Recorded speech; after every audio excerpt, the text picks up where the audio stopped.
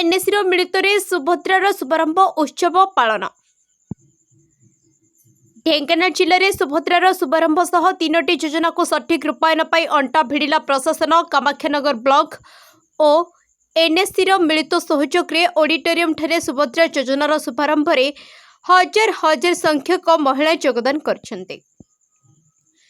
प्रथमे स्वच्छता और सेवा पाई विशाल शोभायात्रा रे महिला छात्र छात्री एवं विभिन्न स्वयं सहायक गोष्ठीर सदस्य माने कामाख्यानगर शहर परिक्रमा करथिले।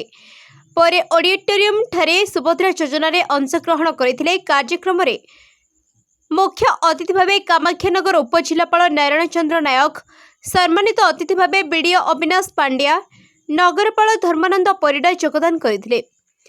अतिथि माने स्वच्छता और सेवा संपर्क में आलोकपात करने सह 9 जन प्रधानमंत्री आवास योजनार हिताधिकारी को आवास कार्यदेश बंटन करथिले। कामाख्यानगर प्रकाश कुमार पात्र रिपोर्ट, द न्यूज टुडे।